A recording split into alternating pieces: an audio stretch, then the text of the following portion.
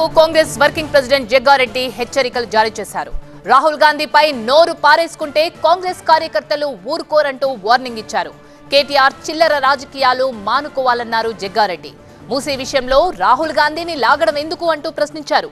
ఏవైనా ఉంటే మనం లోకల్ గా చూసుకుందామన్నారు. ఎందుకు కేటీఆర్ నువ్వు నోరు వారేసుకుంటున్నావు అనవసరంగా? ఎందుకు చిల్లర రాజకీయాలు చేసుకుంటున్నారు మీరు అనవసరంగా? రాహుల్ గాంధీ గారిని విమర్శించే ఒక సరే రాజకీయ నాయకుడు నువ్వు విమర్శిస్తున్నావేమో, కానీ కొంత మనం ఎథిక్స్ పాలిటిక్స్ చేయండి. ఇప్పుడు నేను నువ్వు రేవంత్ రెడ్డి సీఎం నువ్వు తిట్టుకున్నావు, ఓకే మనం చూసుకుందాం లోకల్గా.